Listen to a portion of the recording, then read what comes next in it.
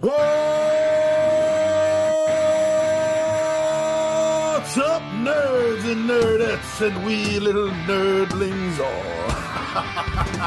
It's your buddy Big Johnny G for Two Gun Pixie presents Legendary Gaming. What's up? How's everyone doing for this Tabletop Takeout Tuesday? We drop these videos obviously every Tuesday, but we do drop videos every day of the week, sometimes multiples. Usually average about 10 or 11 videos a week is what we do here. And why? For fun. The fun of board gaming, RPGs, and, well, making videos. That all comes together beautifully for us here. But let's just get down to the table, because this has been a game that I've been playing a bit of lately, having a lot of fun with it, been showing it off, and now I want to talk about it a little bit more and why I've been enjoying it, why I've been digging it. So why don't you join me down the table, and I'll tell you why I've been enjoying Paper Dungeon Mazes.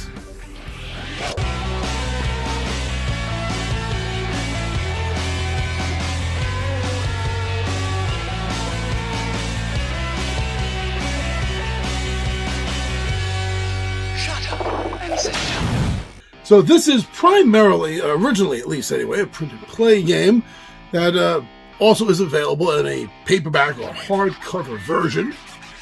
That's pretty good choices to start with. I went for the paperback because I didn't want to bother printing it out, and I figured just save a couple of bucks instead of the hardcover and get the paperback softcover version of it.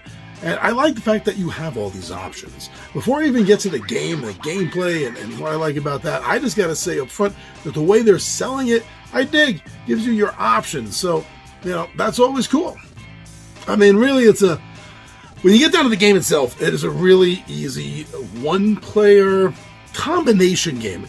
It takes the idea of trying to run a maze with some light, not RPG, but some light dungeon delving involved in it.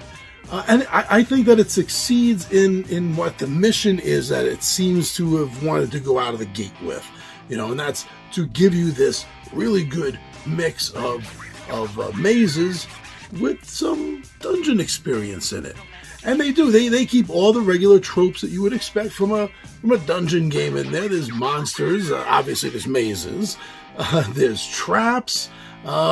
There's treasures and keys. So it really does grab at a lot of the different tropes there for the fantasy stuff, for the dungeon delving. So I think that if that was what they went out to do, just to create a nice mix of a maze game with some light dungeon delving, they surely succeeded. Now, as far as the look of the game goes, it's simple. There's nothing special about it, but I like it.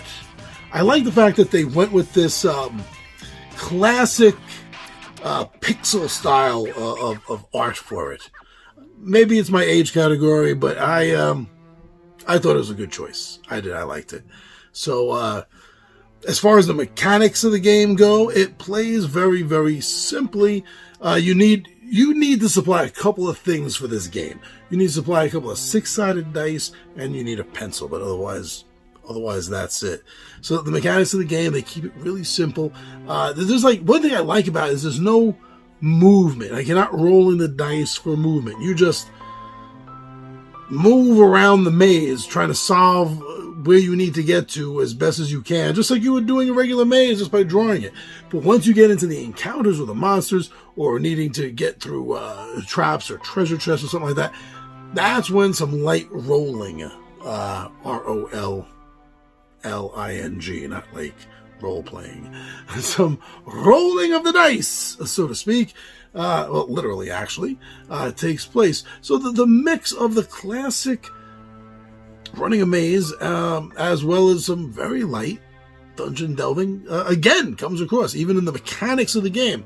In the look of the game and the mechanics of the game, it comes across really well, and I've been having fun with it. Now, this game also has different levels of play, and that's another thing that I've enjoyed, and I've run through them back-to-backs with each of them, progressing progressing, doing them sort of in difficulty order. And I can definitely see how this game is getting tougher and tougher and tougher with each passing chapter, so to speak. And I've been digging that, because that just means that there's going to be more, not just difficulty, but more chance of just like solving, working my way through things with the added luck of the die thrown in. So I like the balance. Now, even though this is a one-player game, I think it's a good gateway game. You know, there's some light, dungeon crawling kind of stuff. This game will introduce you to it in a very simple, easy, friendly sort of way, so to speak. And if that's the case, this could lead you into then exploring, deeper levels of dungeon delves and crawls. But yeah, this is a good starting game. Good starting game for that. I think you're gonna like it. Overall, this game is more than worth the low price for it. And also, if you're enjoying this game, there's a sequel.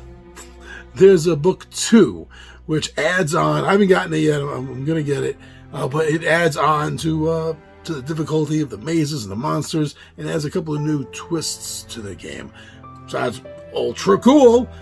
So yeah, if you're looking for something to be a nice little filler game, but yet have the potential to be just a little bit more with how tough some of the later mazes get with the difficulty setting ramped up, then this is something you're going to want to take a look into. But me, I'm happy that this is here, this is on the table, and that this gets played. But don't take my word for it. Go watch some playthroughs and see what you think of Paper Dungeon Mazes.